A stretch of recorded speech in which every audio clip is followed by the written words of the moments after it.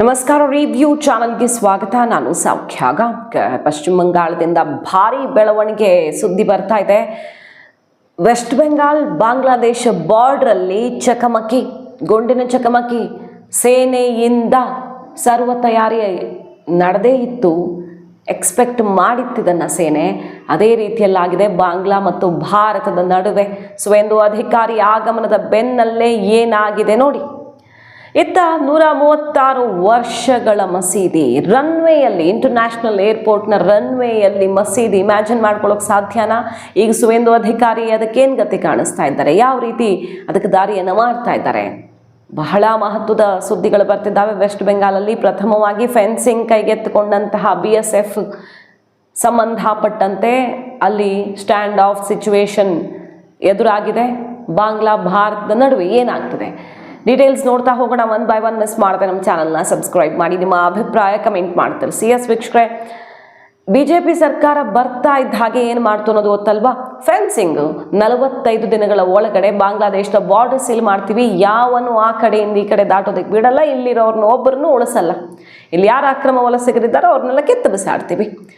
ಅಂದರೆ ಈ CAA ಏನು ಫಾಲೋ ಮಾಡಬೇಕಿತ್ತಲ್ಲ ಅದನ್ನು ಮಾಡ್ತಾ ಇದೆ, ಇಂಪ್ಲಿಮೆಂಟೇಷನ್ ಆಗ್ತಿದೆ. ಈಗ ನಿಯಮದ ಪ್ರಕಾರ ಯಾರು ಇಲ್ಲಿ ಬಂದು ಉಳ್ಕೊಂಡಿದ್ದಾರೆ, ಅಕ್ರಮ ವಲಸಿಗರಿದ್ದಾರೆ, ಅವರನ್ನು ಕಿತ್ತು ಬಿಸಾಡ್ತಿದ್ದಾರೆ. ಮತ್ತು ಯಾವ ಒಂದು ನಾಯಿನೂ ಆ ಕಡೆಯಿಂದ ಪಾಸ್ ಆಗಿ ಬರ್ದಿರೋ ರೀತಿ ಬಾರ್ಡರ್ ಸೀಲ್ ಮಾಡ್ತಿದ್ದಾರೆ. ಸೊ ಈ ಪ್ರಾಸೆಸ್ಸು ಎಷ್ಟು ಬೇಗ ಶುರುವಾಯಿತು ಅಂದರೆ 7 ಗಂಟೆಗಳಲ್ಲಿ ಯಾರ್ಯಾರು ಡಿಸ್ಪ್ಯೂಟ್ ಇತ್ತಲ್ಲ, ಲ್ಯಾಂಡ್ ಹ್ಯಾಂಡ್ ಓವರ್ ಮಾಡಲ್ಲ ಲೋಕಲ್ಸು, ಎಲ್ಲರೂ ಲ್ಯಾಂಡ್ ಕೊಟ್ಬಿಟ್ರು. ಇದು ನಮ್ಗೆ ತುಂಬ ಇಂಪಾರ್ಟೆಂಟು, ನಮಗೆ ವಿದೇಶಿ ಪ್ರಜೆಗಳಿಂದ ರಕ್ಷಣೆ ಬೇಕು, ನಮ್ಮ ಹಕ್ಕು ಅವ್ರು ಕಿತ್ಕೊಳ್ಬಾರ್ದು ಅಂತ ಆ ಪ್ರಾಬ್ಲಮ್ ಸಾಲ್ವ್ ಆಯಿತು.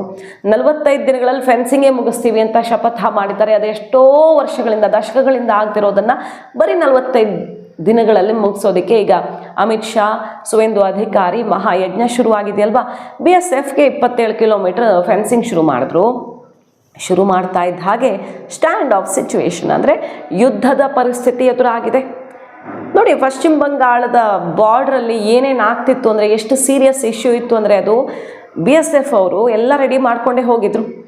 ರೆಡಿ, ನಾವು ಅಟ್ಯಾಕ್ ಆದರೆ ರೆಡಿ ಅನ್ನುವಂಥ ಪರಿಸ್ಥಿತಿಯಲ್ಲಿ ಗನ್ ಹಿಡ್ಕೊಂಡು ರೆಡಿಯಾಗಿ ನಮ್ಮ ಸೇನೆ ನಿಂತಿತ್ತು. ಫೆನ್ಸಿಂಗ್ ಶುರುವಾಗುತ್ತೆ. ಅಲ್ಲಿ ಬಾಂಗ್ಲಾದೇಶಿ ಪ್ರಜೆಗಳು ಬಾರ್ಡ್ರಲ್ಲಿ ಬಾಂಗ್ಲಾ ಹಳ್ಳಿಯವರು ಅಟ್ಯಾಕ್ ಮಾಡೋಕ್ಕೆ ಬರ್ತಾರೆ.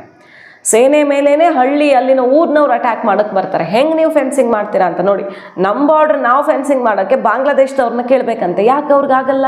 ಅವ್ರು ನುಸುಳಬೇಕಲ್ಲ. ಅವ್ರಿಗಲ್ಲಿ ಉದ್ಯೋಗ ಇಲ್ದಿದ್ದಾಗ, ಬರಗಾಲ ಬಂದಾಗ, ಕಷ್ಟ ಬಂದಾಗ ನುಸುಳೋದು, ಬರೋದು, ಇಲ್ಲಿ ತಿಂದಿತ್ತೇಗೆ ಹೋಗೋದು, ಇಲ್ಲಿಂದ ತಗೊಂಡು ಹೋಗಿ ಇಲ್ಲಿ ಸೈಕಲ್ ಕೊಡ್ತಾಯಿದ್ರು ದೀದಿ, ಅದನ್ನು ತೊಗೊಂಡು ಹೋಗಿ ಮಾರ್ತಾ ಇರೋ ದೃಶ್ಯಗಳನ್ನೇ ನೀವು ನೋಡ್ತಾ ಇದ್ರಿ. ಎಷ್ಟೊಂದೆಲ್ಲ ಇಲ್ಲಿಂದ ಏನೇನು ತೊಗೊಂಡು ಹೋಗಲ್ಲಿ ಮಾರ್ಕೊಂಡಿದ್ದಾರೆ, ತಿನ್ಕೊಂಡಿದ್ದಾರೆ, ಯಾರ್ಯಾರನ್ನ ಸಾಕಿದ್ದಾರೆ ಎಲ್ಲ ನೋಡಿದ್ದೀವಿ ನಾವು ದೃಶ್ಯಗಳು. ಅದು ವೈರಲ್ ಆಗಿತ್ತು. ಈಗ ಪಾಪ ಅವ್ರಿಗೆ ಫೆನ್ಸಿಂಗ್ ಮಾಡಿಬಿಟ್ರೆ ಈ ಕಡೆ ಕಾಲಿಡೋಕ್ಕಾಗಲ್ವಲ್ಲ. ಸೊ ಅಟ್ಯಾಕ್ ಮಾಡೋಕ್ಕೆ ಬಂದಿದ್ದಾರೆ. ಚಕಮಕಿ ಆಗಿದೆ.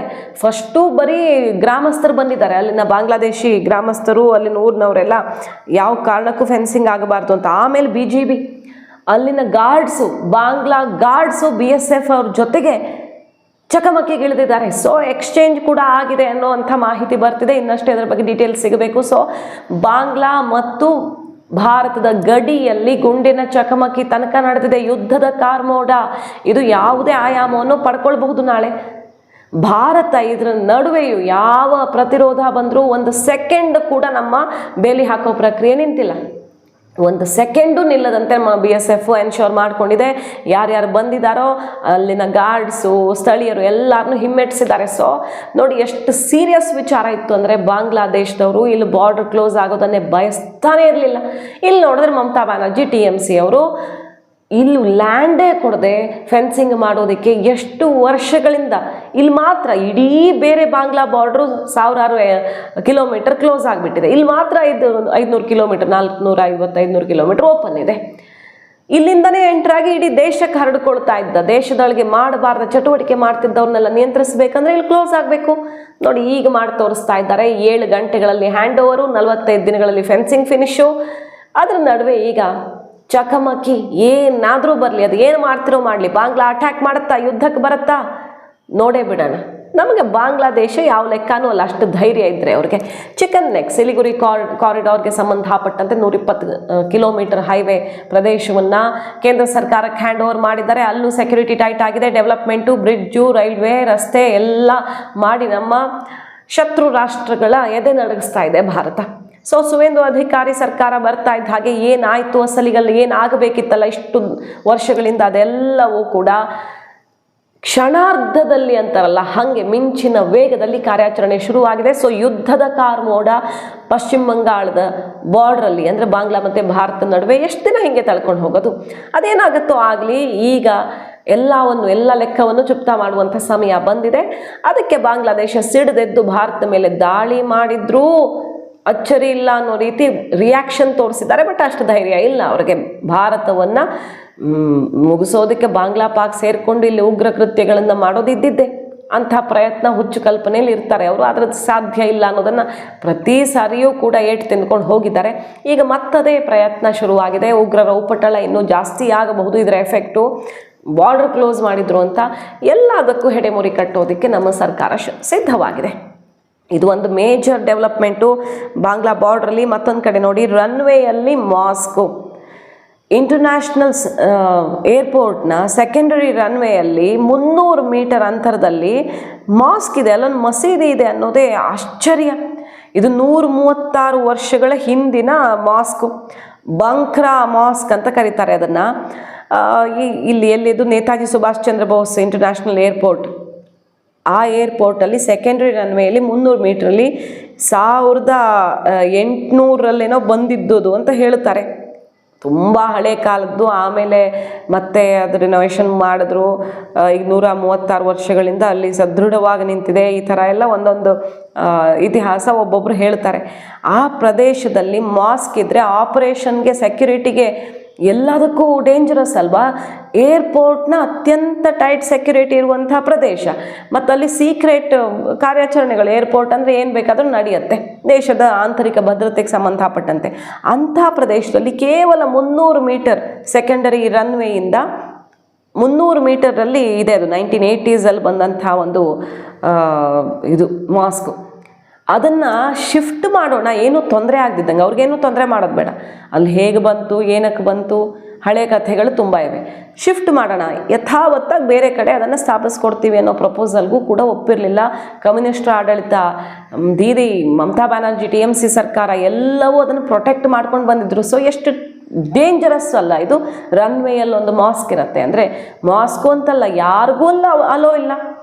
ಅಂಥದ್ರಲ್ಲಿ ಸರ್ಕಾರದ ಹಿತಾಸಕ್ತಿ, ಕೇಂದ್ರ ಸರ್ಕಾರ ಸ್ಟೆಪ್ ತಗೊಳ್ಳೋದಕ್ಕೂ ಬಿಡದೆ ಸಂಘರ್ಷವಾಗಿ ಮುಂದುವರ್ಕೊಂಡು ಬಂದಿತ್ತು. ಈಗ ತಕ್ಷಣ ಅದನ್ನು ಶಿಫ್ಟ್ ಮಾಡೋದಕ್ಕೆ, ಬೇರೆ ಕಡೆಗೆ ರೀಲೊಕೇಟ್ ಮಾಡೋದಕ್ಕೆ ಸುವೇಂದು ಅಧಿಕಾರಿ ಸರ್ಕಾರ ಕ್ರಮವನ್ನು ಕೈಗೊಳ್ಳುತ್ತಾ ಇದೆ. ಅದ್ರ ಬಗ್ಗೆ ಈಗಾಗಲೇ ಇನ್ಸ್ಪೆಕ್ಷನ್ನು, ಸಂಬಂಧಪಟ್ಟ ಕ್ರಮವನ್ನು ಅಧಿಕಾರಿಗಳು ಜರುಗಿಸ್ತಾ ಇದ್ದಾರೆ. ಸೊ ಇದು ಒಂದು ಮೇಜರ್ ಆ್ಯಕ್ಷನ್.